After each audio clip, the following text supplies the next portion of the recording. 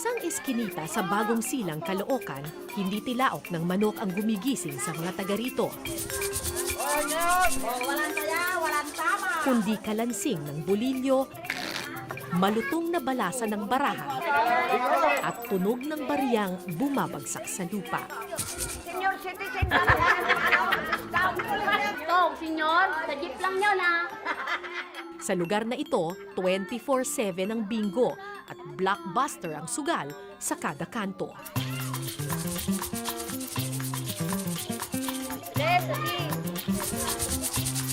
Eto na.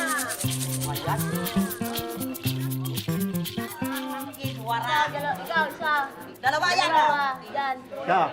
Wala. Wala. Diyan, wala. Ikaw, isa lang. Ikaw, wala. O, tatlo tayo. O, kita namin sa ano, bingo. Si Nanay Lisa, 44 years old, ang isa sa mga suki ng bingguhan. Maaga pa lang nakaupo na siya sa kanto. Tila ba sugal ang kanyang almusal. Ay, siya. 15. Ilang taon kayo nung nagsimula po kayo? 13 marunong na. Sino po ang nagsusugal nung time na yun? Nanay mo ba? Nanay, tatay ko, tapos mga kapitbahay namin doon sa kabilang Caloocan. Hindi naman po namin pinag-aralan, talagang siguro likas lang na marunong na gano'n. Nasa dugo kasi yung tatay ko parang sugarol din. Dikit lang ha, pero dikitin lang. Walang permanenteng trabaho si Nanay Lisa. Umaasa lang siya sa paminsan-minsang racket at sa perang padala ng asawa niyang nasa probinsya.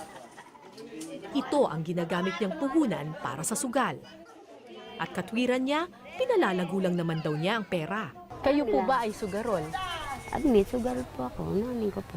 Pero hindi po ako namumulistya ng ibang tao. Sa tingin niyo, mali po ba yung pagsusugal or Mali, talagang mali. ba't niyo po ginagawa? Gawa ng yun ng ano ko, yun yung madaling pagkakuhaan ko ng pera paminsan-minsan. Iligal ang sugal sa mga pampublikong lansangan. Pero pinahihintulutan ng barangay ang bingo dahil pabarya-barya lang naman daw ang taya dito. Magkano ang bayad? 3-5. Ang premyo, kape? Hoy, may dadaang tricycle. Naku, masasagasaan niya.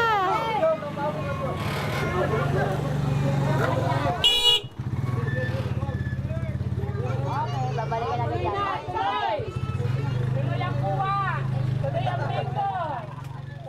Maya-maya, isang bata ang tumabi kay Nanay Lisa.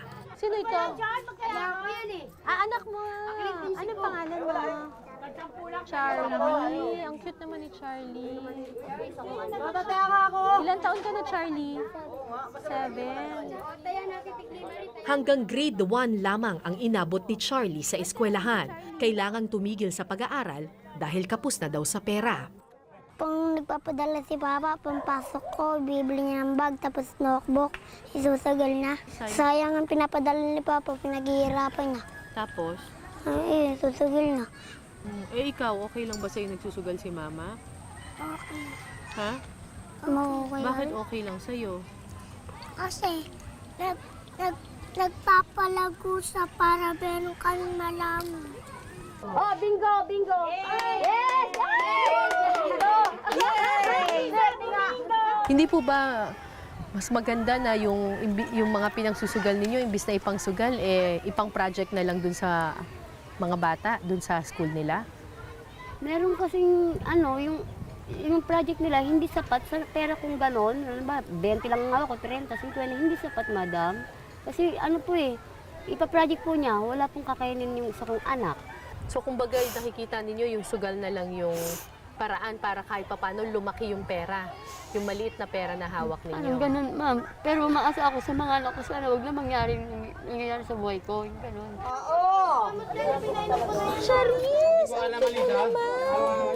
Ang nakababatang kapatid ni Charlie na si Clarice, hindi pa marunong sumulat at magbasa pero bihasa na sa bingo at iba pang laro.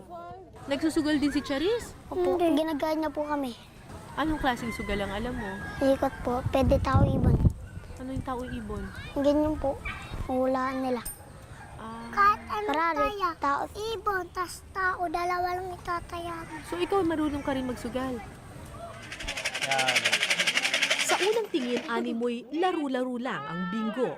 Pero ang barya-baryang tayaan, nakakapanghinayang kalaunan. Magkano na lang naiwan, ate? 5 pesos na lang? Dikit natin yan, bigyan mo sa kanya. Pisi-pisi na yan. Eh, magkano na lahat-lahat na talo nyo? 50 kaninang umaga. 20 ngayon. 70.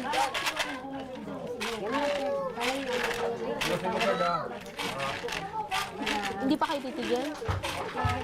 O, Ma'am, maghapon po dito, ma'am. maghapon to? Tapos sila, yan. Ano pinalik dito?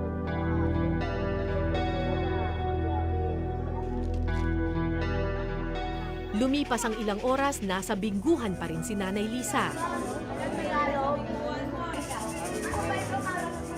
Dito ko napansin na wala na sa kanyang tabi si Charlie.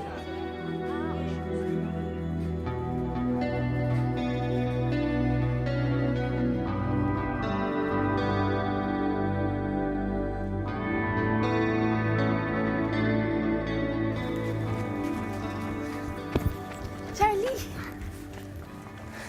Saan ka punta? Paikot-ikot. Mag? Paikot-ikot. Iikot ka? O, Anong gagawin mo? Nangangalakal po. Mga ngalakal. Anong hinahanap mo? Plastic. Okay.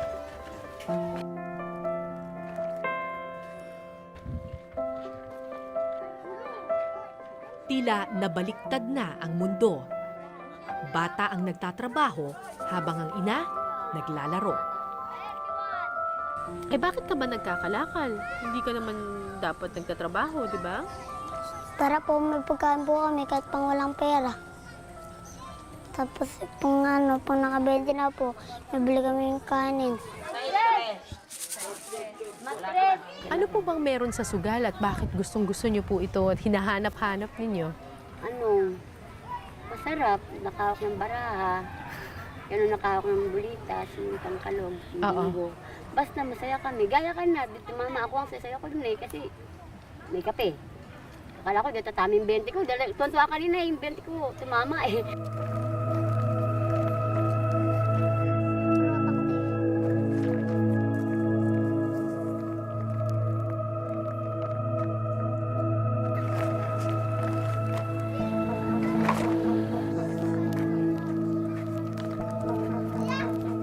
Halos isang oras na kaming naglalakad pero walang balak tumigil si Charlie.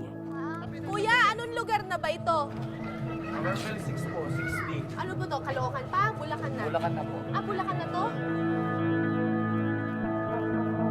Habang naglalakad, napansin kong walang tsinelas ang bata. Charlie! Ang layo na nito!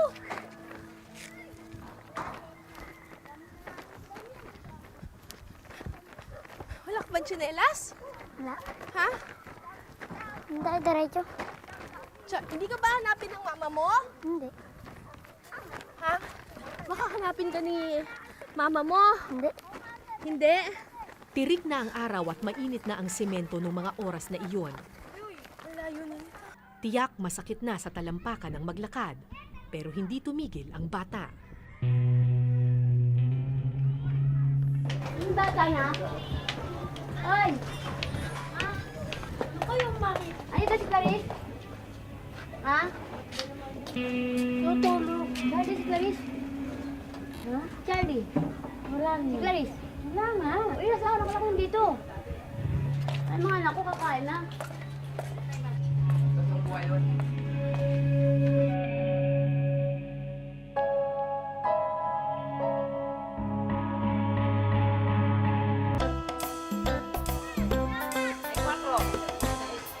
O, bingo! Oy, oy! Oy! Sabi namin yan, bakit pabili bigas ko, no? Tanghali na nang magpahinga sa pagbibingo ang mga sugarol ng bagong silang. Wala nang babalaan ng babae sa inyo. Pero asatong natin! Hindi pa nga nang bayad eh. Paano malak kwento?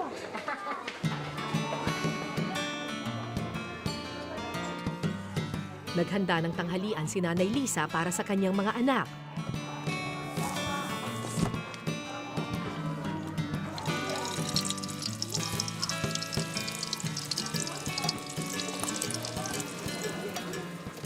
At noon lang niya napagtanto na nawawala ang anak niyang si Charlie.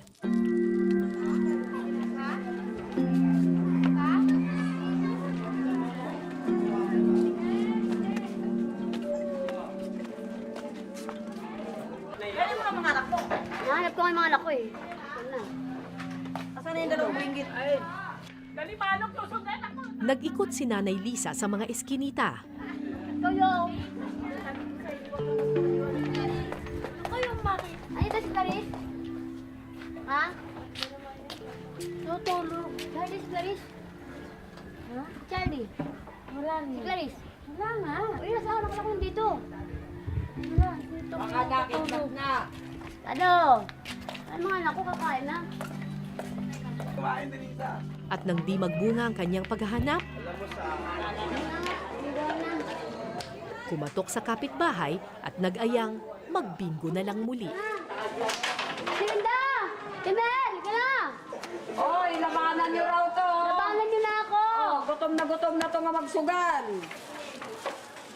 Ang hindi alam ni Nanay Lisa habang abala siya sa pagsusugal, ang kanyang anak naghahanap ng kalakal.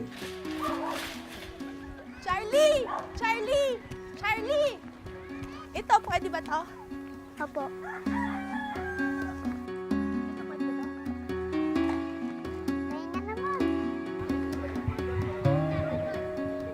Hindi pa ba tayo, uwi na tayo? O, ibebenta mo na ba ito? O, hindi pa pwede ibenta? Bakit? Piso pa lang yun eh.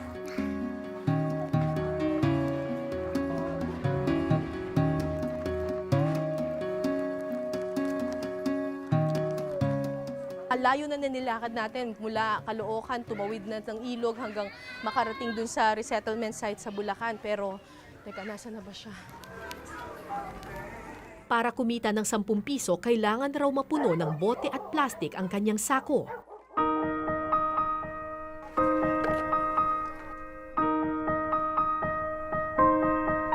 Charlie, hindi pwedeng bote! Bote! Dede.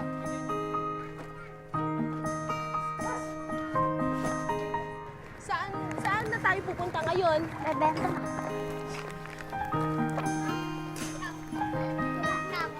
Bebenta na po.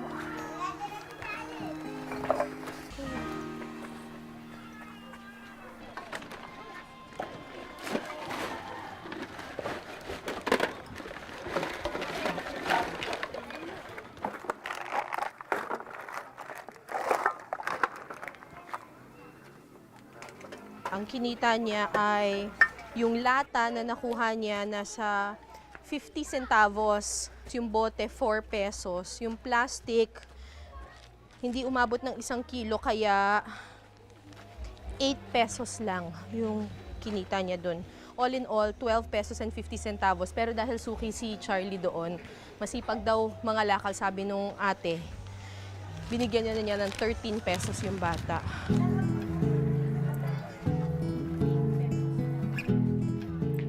Dumiretso sa isang karinderya si Charlie. Lugaw na po. Hindi pa pala siya nag-aalmusal.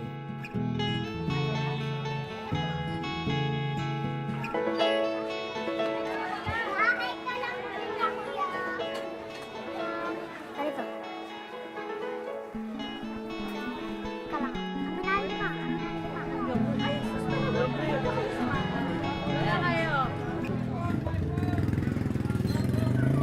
Hindi pa umuwi ang magkapatid pagkatapos kumain. Ang natirang pera, ipinambayad nila pang-arkila ng isang lumang bisikleta. Ilan? Oras. Mama ko dyan. Lah, kaya ng bulugaw mo. Hindi, binigay ko kay Kuya. Ang kas, bilis. Ker! Up. Sa sandaling panahon, nakalimutan kong ito ang batang namamasura kani-kanina lamang.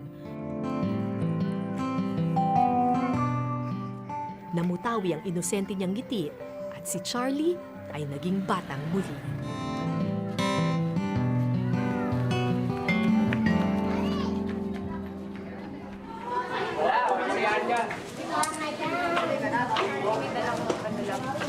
Ayun na si Charlie. Alauna na ng hapon nang magkita muli ang mag-ina.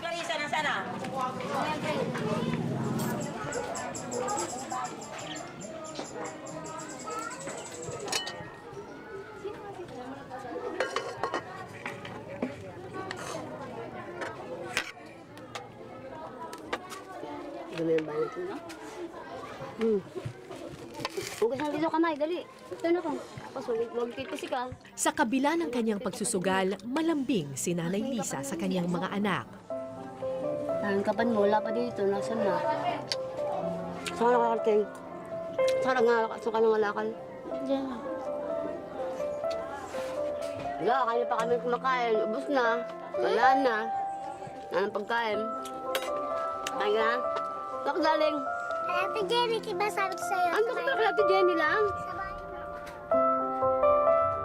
Sa loob ng kanilang maliit na barong-barong, kahit papano, naramdaman ng mga bata ang yakap ng pamilya. Hindi na dasal ko sa taas. Tama na ako. Tama na ako sugar. Tama na ako maghirap. Sana pag nawala na ako, huwag naman pahirapan yung mga anak ko. Sana sila nang guminawa. Lahat ng hirap, dalhin ko na. Kasi ang hirap, sobrang hirap na dinanas ko eh. Love niyo ba si Mama? Opo. Bakit niyo love si Mama? Siyempre po, sila po nagpalamon sa amin. Sila po nag-alaga sa amin. Sa nagpapalaki sa amin. Pati na rin si Papa, pinalaki rin tayo sa pagkain eh. Kahit nagsusugal si Mama, okay lang? Opo. Manalo, matalo.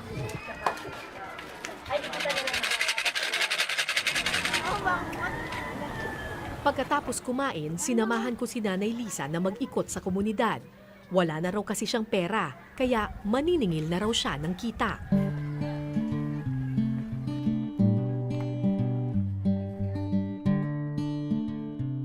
Diyan ba?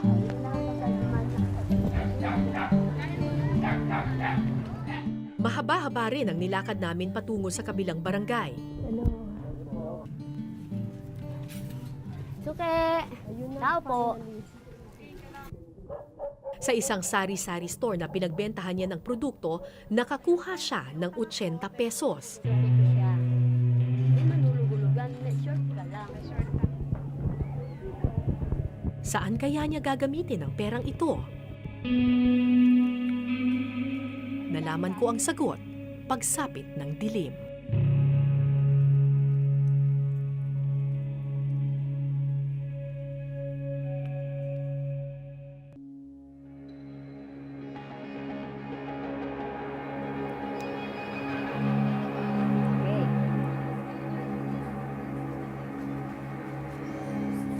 Pagkagat ng dilim, larga muli si Nanay Lisa.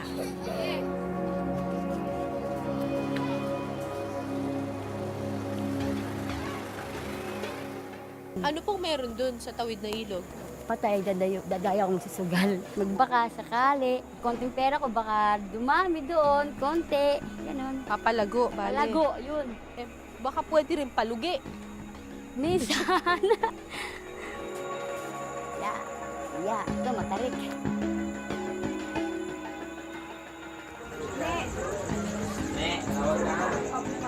Pinapayagan ng barangay ang sugal kapag may lamay, para naman may libangan ng mga nakikiramay. Pero sa kaso ng mga sugarol, hindi pakikiramay ang kanilang ipinunta, kundi pagkakataong makataya.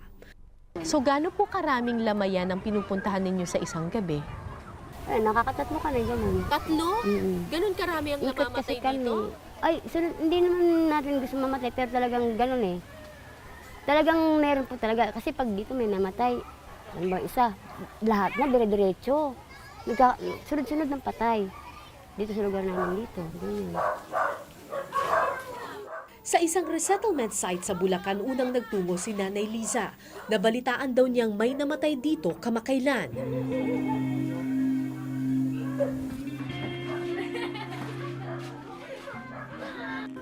Lumalapit man lang po ba kayo dun sa patay at nakikiramay doon o hindi na kailangan yun? Hindi na po, basta pupunta kami doon, sisilip ng konti sa patay, ganun, masisilip kung kakilala ba, kung may kakilala mo yung mukha kahit paano. Tapos? Ay, kasi nakita ko yun na, ganun. Tapos mamaya, ando na, oy, ano na, tongito tayo.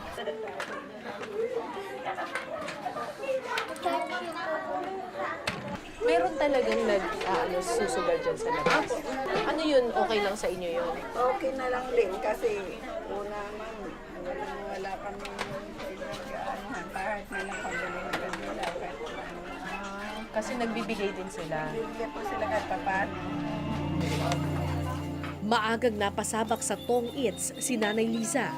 200 piso ang puhunan niya mula sa padala ng asawa at dilihensya.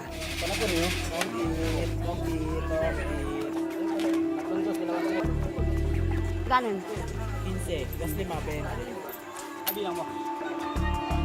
Wala eh. Dala ay, 2 alas.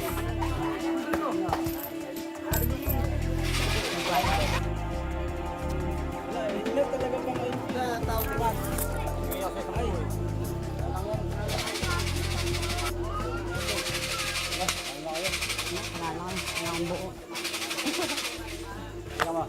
15. Makalipas ang 1 oras, tumayo si Nanay Liza at lumipat sa ibang lamayan. Talo. So magkano po ang natalo ninyo kanina? Talo ko dun ng 50. 50? So magkano 50 na lang pera nyo pesos. ngayon? 150. 150. Saan ngayon kayo pupunta? Diyan sa kabila. Anong kabila? Walang patay. May Tingnan ko isa naman. pang patay dito. Oo, meron pa ho. Hindi na ako babawi.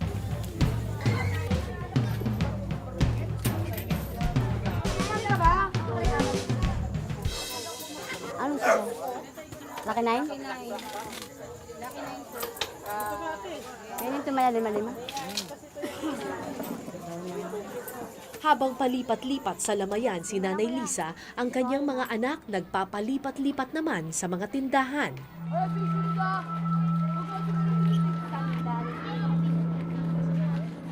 Humihingi, naglimos.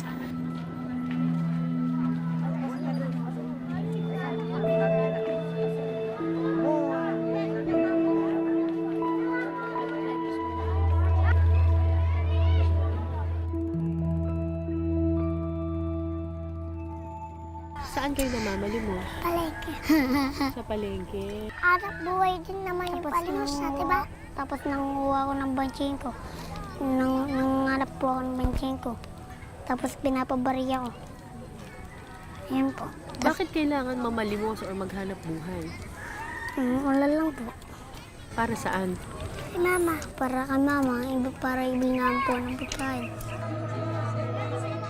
Sa mga pamilyang nabubuhay sa isang kahig, isang tuka, mabilis na tumatanda ang mga bata.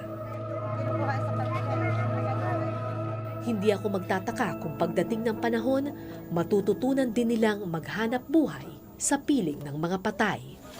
Good night. Mas maraming tao sa pangalawang lamay na pinuntahan ni Nanay Liza at tulad ng dati, hindi rin niya kilala ang namatayan. Iba-iba ang laro sa kada mesa. Merong pusoy, Tong Eats at Lucky 9. Ang 4 na. Ilan, kuya? 4. 4. Panalo. Malalo. Todo na. Sa isang sulok naman, nag-umpukan ang mga kalalakihang naglalaro ng Caracruz. Ba't po kayo naglalaro ng ganyan dito? Kasi alam ko. Para po may tong. Ikaw, magkano na natatalo mo? 200 po. Ha? 200. 200? O wala ka pang balak tumigil? Hindi ka po naubos eh. Magkano ba ang balak mo ubusin? Magkano? Na lang po. 240. Kami na bukas. Okay lang sa'yo matalo ng 240? Okay lang po. Bakit? Nalibang trabaho naman ka po. At least ano? Nalibang trabaho naman po. At least nalibang. Ikaw, magkano natalo mo? Panalo po, 200. Panalo ka 200. Nakuha mo yung 200 niya. Alam po yan na ito. Sa bawat mesa may maliit na platito o garapon na makikita sa gilid. Lalagyan ito ng tong, kontribusyon o porsyento ng kita sa sugal na ibinibigay na abuloy sa patay. Ito ang dahilan kung bakit pinahihintulutan ng mga namatayan ang pagsusugal sa kanilang mga lamay dahil kahit papano may nakukuha naman silang kapalit. Sa mesa ng Lucky 9 nagbabad si Nanay Liza. Isang oras na siya dito, minsan panalo, Ayan, natama na ako. kadalasan talo. Huli ng bongko. Kano na panalo niya, Ate Lisa? Panalo ko. Talo na ako.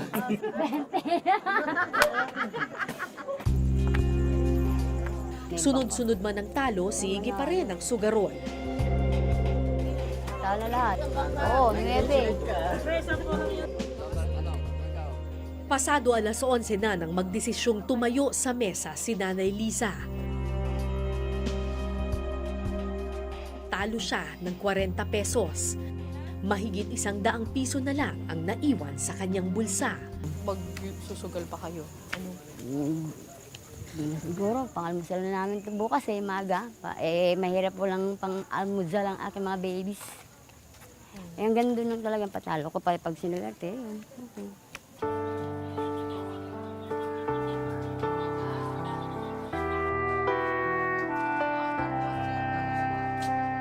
Alas 12 na ng hating gabi nang siya'y makauwi.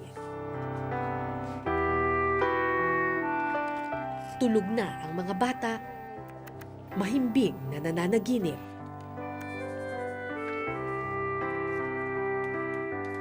Sa tingin niyo, makakatigil pa kayo sa pagsusugal? Opo, kaya. May isip naman po Kaya naman. Hindi ko lang masabi kung kailan kasi nga, ganun na po ng hirap ko. Kailangan ko po talaga sa ngayon yan. Diyan, yung mga diskarte na po.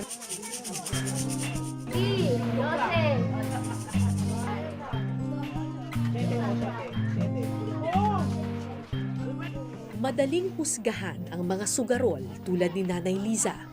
Pero sa mga taong laging talo sa mundo, isusugal mo ang kahit na ano para sa pagkakataong makatikim ng panalo. Ako po si Cara David at ito po ang Eyewitness.